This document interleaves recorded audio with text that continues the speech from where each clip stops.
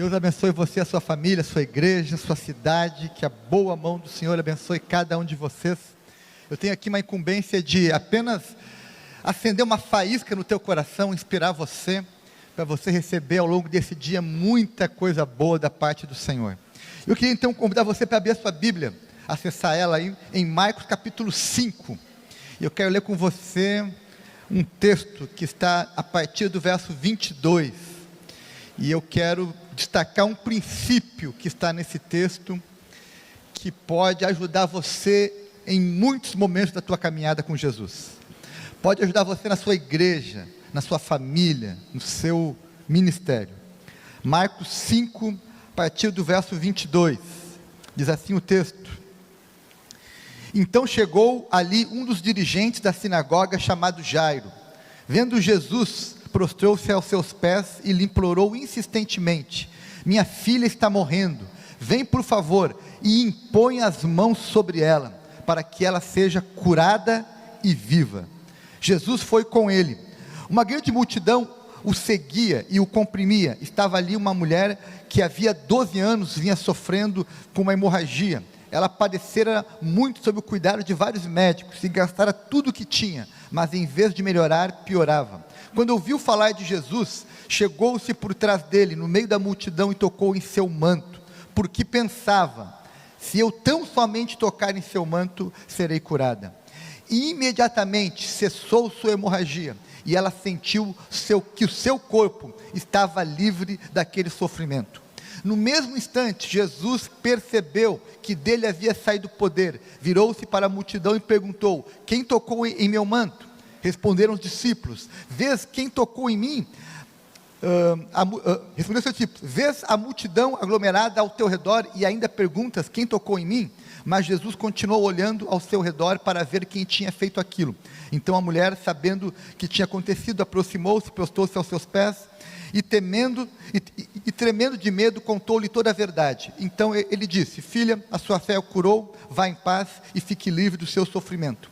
Enquanto Jesus ainda estava falando, chegaram algumas pessoas da casa de Jairo e dirigente da sinagoga e disseram: Sua filha morreu. Disseram eles: Não precisa mais incomodar o mestre.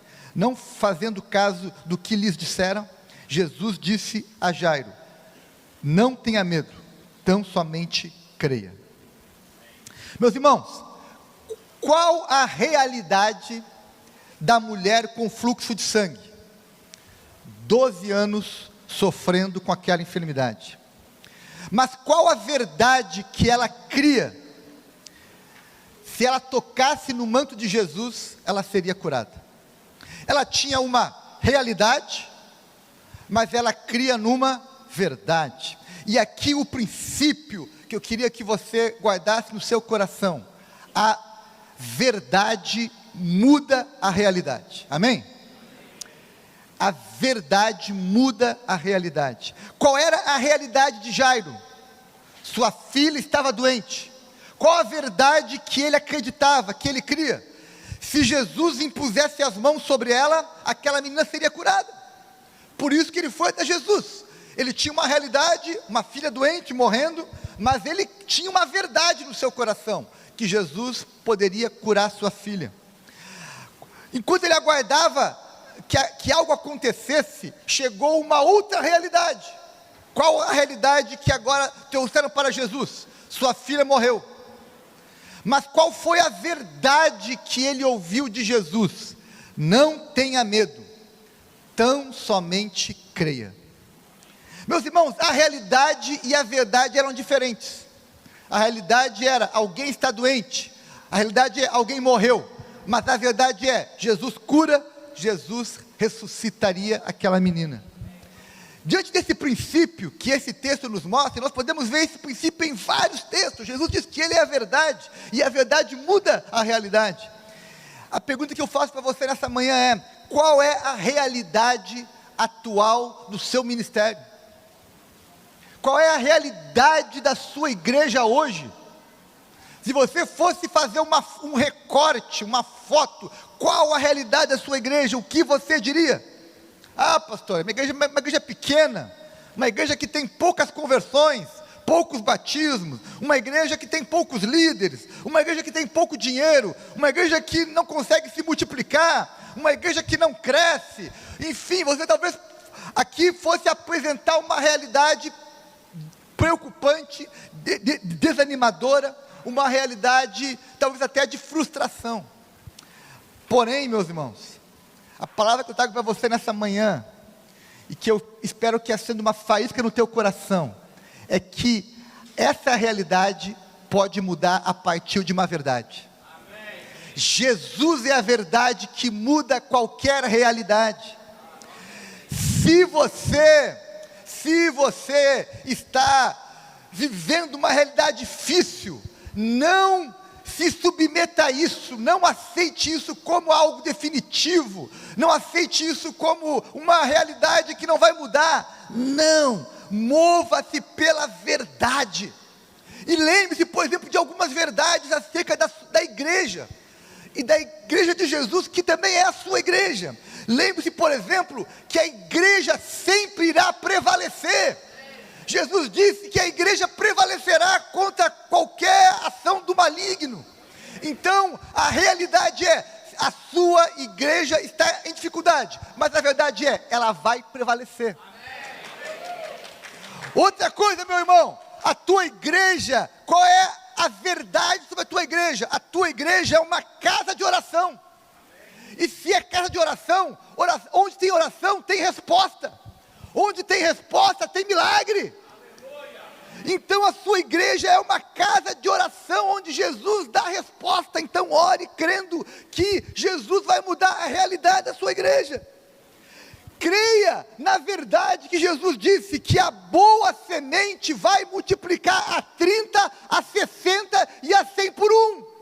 Essa é a verdade. Você vai multiplicar a 30, 60 e 100 por um. O potencial que você tem, que os teus discípulos têm, é de multiplicar. Essa é a verdade.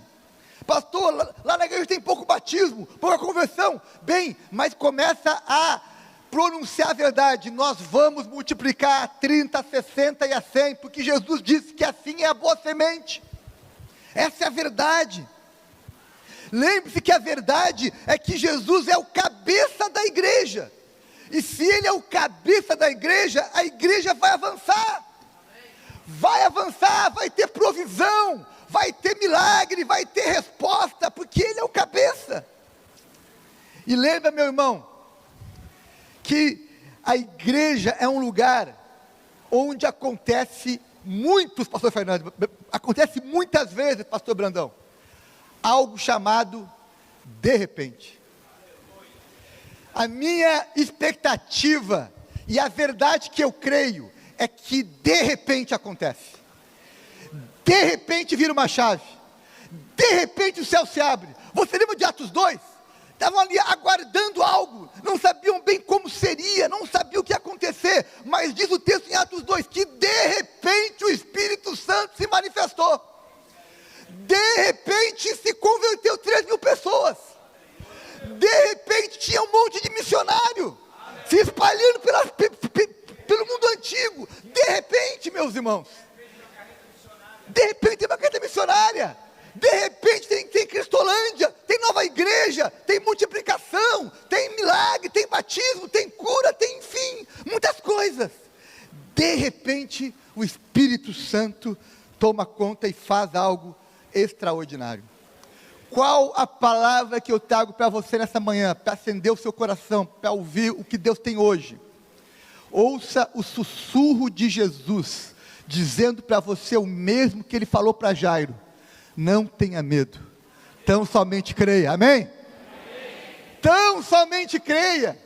Creia que a verdade muda a realidade. Não olhe a sua igreja a partir da sua realidade, que às vezes pode ser cinzenta, pode ser pode ser um olhar desanimador, mas olhe para a sua igreja a partir da verdade, do que ela é em Cristo Jesus, das promessas de Jesus. A partir disso, você vai olhar para a sua igreja com um olhar extraordinário. Eu termino, meus irmãos, porque eu não vim pregar, vim só fazer um devocional para vocês aqui. eu queria dizer para você algo que, para você acreditar na verdade, para você se mover, não pela realidade, mas pela verdade, você precisa ter uma característica. Eu sei que muitos de vocês têm canecas em casa, e tem canecas de porcelana.